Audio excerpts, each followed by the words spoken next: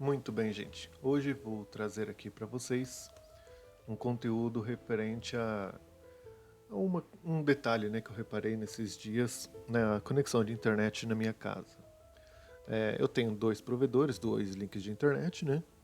E antes de comprar um roteador ou alguma coisa desse tipo, eu acabei utilizando o próprio roteador da operadora para rotear a internet, a rede local da minha residência. Ou seja, eu tenho aqui uma rede WAN, que é primeiro link de internet, que é o principal, e eu tenho aqui a segunda WAN, que tem o segundo link de internet.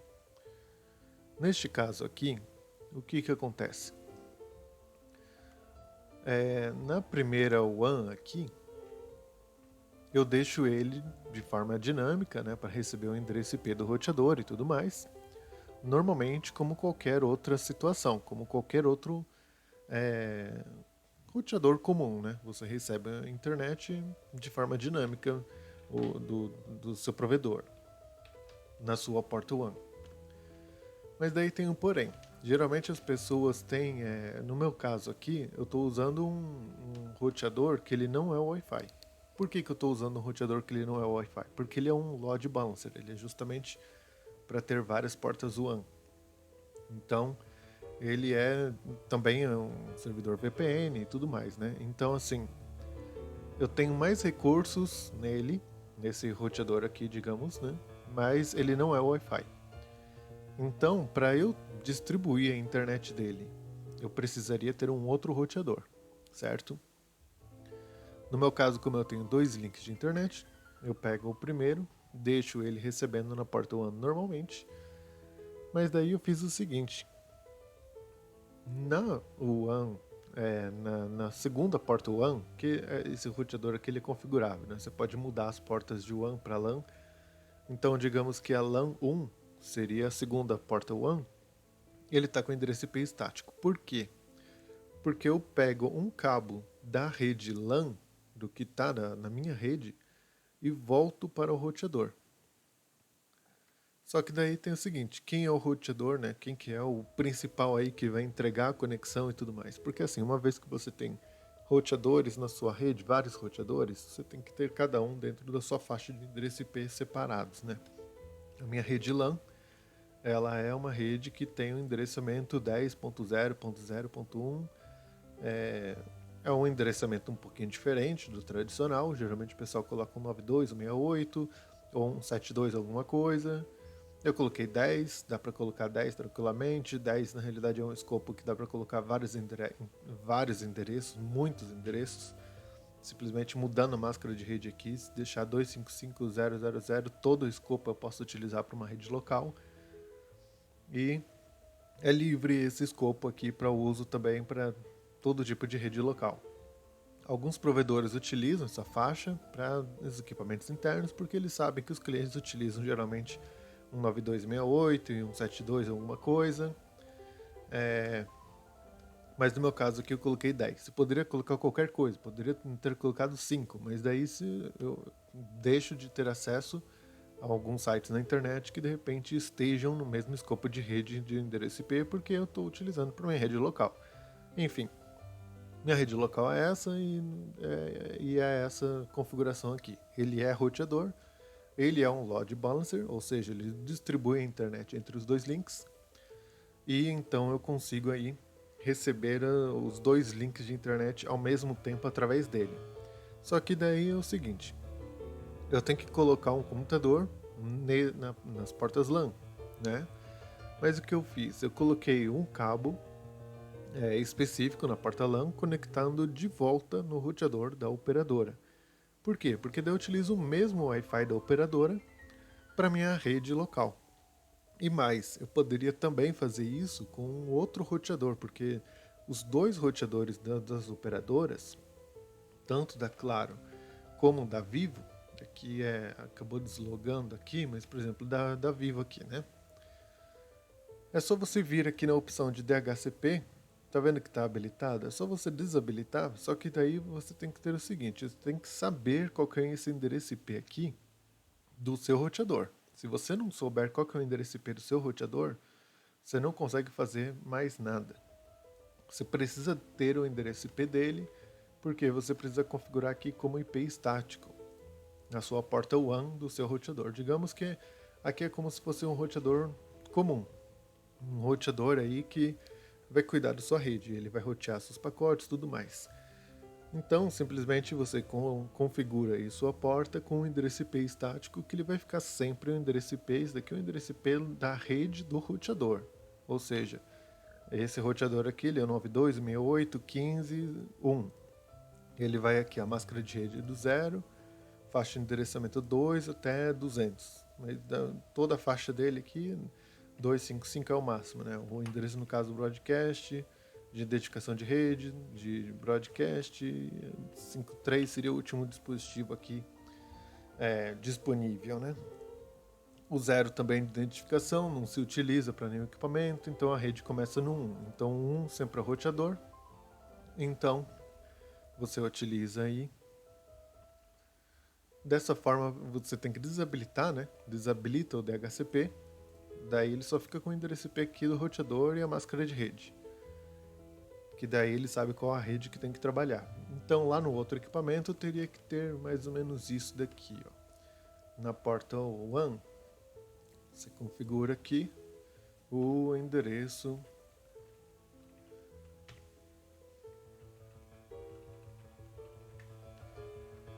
qual que é o Default Gateway? É o roteador. O endereço IP 1, que é o do roteador da onde vai pegar a rede, né? No caso. Primary DNS, você pode colocar no caso que você tem que especificar, né? Que tem que colocar 192.168.0.1, que você vai estar utilizando o mesmo DNS do roteador da operadora. Ou você pode colocar um endereço DNS público de algum servidor de DNS que você conheça. Tem do Google, tem da Cloudflare, tem vários outros públicos aí que fornecem informação de DNS da internet, às vezes de repente até melhor que da própria operadora. Então aqui nós temos uma conexão estática, o DHCP está desabilitado, ou seja, se você conectar na rede Wi-Fi desse roteador, ele não vai entregar endereço IP. Mas quem que continua entregando endereço IP? O seu roteador pessoal. No caso esse daqui, né?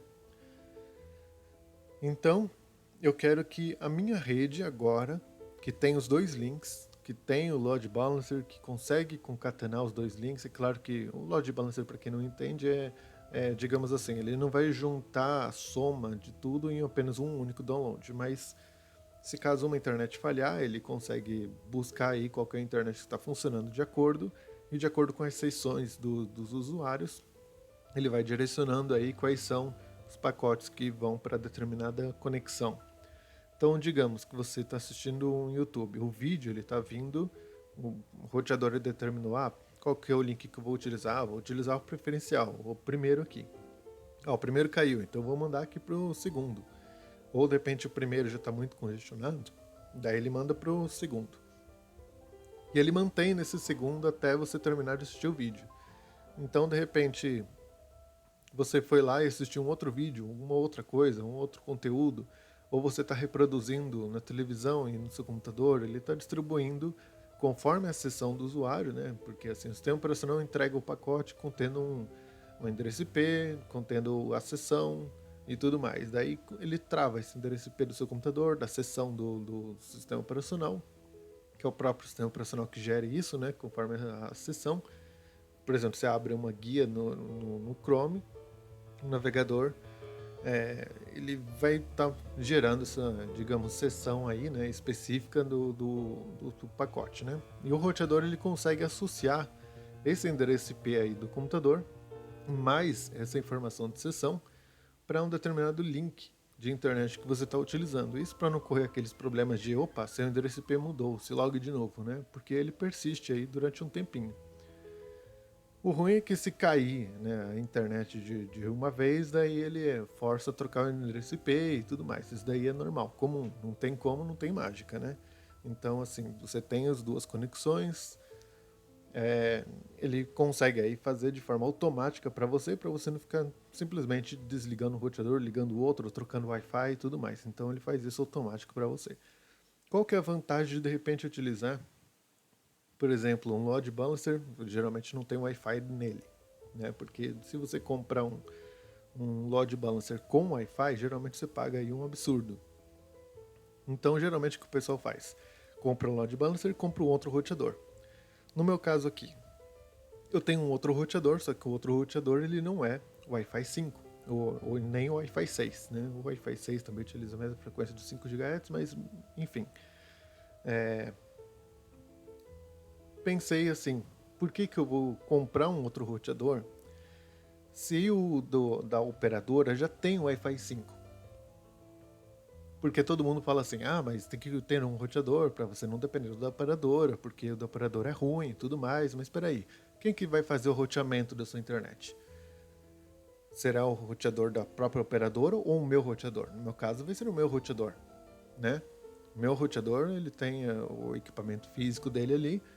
Simplesmente ele está voltando com a conexão aí para a porta LAN do roteador aí da operadora. Pode ser os dois utilizados como ponte, né? E eu deixo mesmo SSID lá, né, da configuração de rede para ambos os roteadores.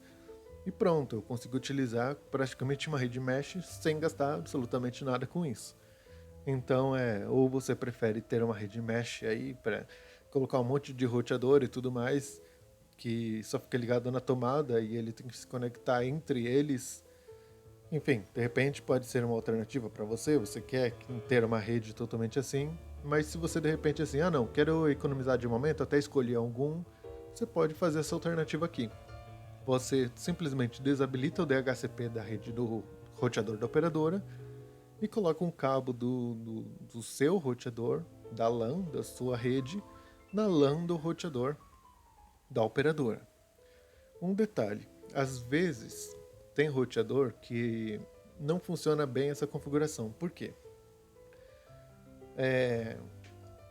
A placa de rede do seu roteador, ela tem que fazer um crossover no cabo de forma automática. E alguns não conseguem fazer esse crossover de forma automática. Às vezes, esse crossover ele acaba degradando o desempenho do equipamento. Então, recomenda-se que se você liga roteador com roteador, se não for porta LAN com WAN, você ligue então um cabo crossover entre as duas LANs. Porque daí esse seria o certo a se conectar aos equipamentos. Porque computador você conecta com um cabo reto, né, um cabo tradicional, no roteador, LAN com LAN, não tem problema. Mas quando você conecta roteador com roteador, daí o ideal é você usar o crossover para não ter tanta degradação de desempenho assim. Assim você consegue ter um desempenho máximo. Para ele é totalmente transparente, porque ele acha que está conectado realmente a um outro computador, só que na realidade o que está acontecendo? Os pacotes eles estão saindo pela rede Wi-Fi tradicionalmente, sem nenhum outro problema, sem nenhum outro inconveniente. Então, a partir desse momento que você tem aí a conexão estática e tudo mais, né? Por exemplo, aqui, tá aqui a conexão estática, pego o cabo e simplesmente ligo LAN com LAN da minha rede na LAN do roteador da operadora. E o próprio roteador da operadora é que distribui a internet. Quando eu acesso o Wi-Fi da operadora, ele não vai entregar o endereço IP do próprio roteador. Ele vai entregar o 10.001, na faixa 10.001. Cada equipamento meu recebe um endereço IP e o gateway default dele também estará na faixa de 10.001, que é o meu roteador físico, o meu roteador que não tem Wi-Fi. Então, digamos que o roteador da operadora, o Wi-Fi da operadora, estará sendo utilizado aí apenas para distribuir o que está na camada aí, né, na rede local, digamos assim. Então, a rede local tem aí e distribui aí as configurações, né? Bom, espero que tenha esclarecido de alguma forma para alguém aí que de repente precisa dessas informações. Se está muito complexo, só de repente faz aí algum comentário, algum questionário que eu procuro responder. Mas enfim, é bem simples. Simplesmente você coloca aí mesmo que seja um roteador simples que você tenha, mas você tem aí vários equipamentos conectados nele e tudo mais, você tem um switch, tem impressora na sua rede local, digamos assim, você pode utilizar o próprio Wi-Fi da operadora simplesmente ligando os dois roteadores, mas você tem que desabilitar o DHCP daquela rede que você não quer que entregue a rede, né? No caso, a rede da operadora, que é na realidade do roteador da operadora, né? Ele não vai entregar o endereço IP da internet, ele vai entregar o endereço IP do roteador. Você não quer mais aquele endereço IP, você já pegou aqui o endereço IP do roteador e registrou aqui e acabou. Então, a partir desse momento, quando você conectar no Wi-Fi, você vai estar conectando aí na sua rede, porque ele vai entregar o DHCP, né, do seu roteador pessoal e não do operador a mais. Isso daqui é uma alternativa para caso você não queira ter um outro roteador, um outro equipamento na sua casa, ou de repente não quer investir nesse momento em algum equipamento ou alguma coisa desse tipo. É claro que recomenda-se que de repente você adquira um outro equipamento, alguma outra coisa. Isso daqui seria uma alternativa para caso, não estou a fim de comprar outro equipamento agora, vou procurar comprar depois, ou alguma coisa desse tipo, vou economizar de momento. Quando tiver preços melhores, mais atraentes, eu tenho o meu próprio e pronto. Daí você desafoga um pouco o roteador aí da internet, né, do próprio provedor. E tome cuidado com relação a, de repente, se seu equipamento fica muito quente, alguma coisa assim, porque ele está degradando o desempenho. Se você faz um teste no speed test e está lá ruim a conexão, é porque, de repente, tem algum cabo de rede aí que não está na configuração, não está no formato crossover. A maioria dos equipamentos hoje fazem a tradução, fazem a correção dos pinos de forma automatizada, mas é aquilo. Ocorre às vezes degradação de desempenho. Então o ideal é de repente, se você faz isso, ou você coloca um cabo comum entre os dois roteadores, sabendo que pode haver degradação de performance, ou coloca um crossover, pode ser um cabo pequeno, crossover. Você pode verificar na internet par trançado, né? Um cabo tipo par trançado. Um tem que ser do tipo A e outro do tipo B, né? Tem dois padrões aí. As pontas têm que ser diferentes. Você pode comprar também um cabo de rede crossover já pronto, né? Tem alguns lugares que vendem, no Mercado Livre, às vezes você encontra. Não é tão comum encontrar hoje em dia, mas isso daqui são detalhes, se caso assim, eu não quero comprar roteador agora, quero deixar para depois, não tem problema que tenha algum probleminha de performance. Mesmo que tenha alguma coisa, porque geralmente os roteadores das operadoras não são tão bons em qualidade, eles entregam ali o mínimo. De repente, se o seu roteador Wi-Fi for muito antigo, de repente, por exemplo, no meu caso, né, eu não comprei outro, fiquei com um, só que ele é só 2.4 GHz. Ele é melhor? É melhor. Mesmo no 2.4 GHz é melhor. Porém, ele não tem 5 GHz, que também é interessante em alguns cenários de uso e tudo mais, né? E então eu utilizei o próprio roteador da operadora e você pode fazer também o mesmo como alternativa se caso você não quiser comprar um roteador somente para isso. Bom, espero ter ajudado aí de certa forma. Você não pode, assim, na hora que você desabilita o DHCP, o ideal é na realidade você fazer essa configuração com o DHCP tudo habilitado, tudo certinho. Configura primeiro o seu roteador, testa com seu computador no seu roteador se ele está recebendo tudo certinho, toda a internet certinho, né? E daí desabilita o DHCP do roteador da operadora. E então você pode ligar o cabo que você está usando no seu computador, tudo mais, num outro roteador da operadora. E simplesmente toda a parte de rede local acaba se espalhando também pelo seu Wi-Fi. O Wi-Fi da própria operadora acaba virando o Wi-Fi da sua rede local.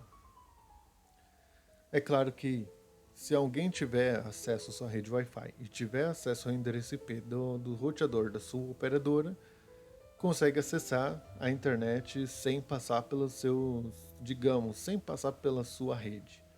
claro que vai estar passando pela sua rede de certa forma, porque se colocar um sniffer de rede ou alguma coisa, é possível coletar esses pacotes e coletar o que a pessoa está, de repente, utilizando ali, né? De certa forma. Então, sempre é bom deixar uma senha segura, uma senha que não seja padrão, uma senha forte, e utilizar sempre WPA2 ou WPA3 se tiver disponibilidade. Espero que tenham gostado desse vídeo e até mais.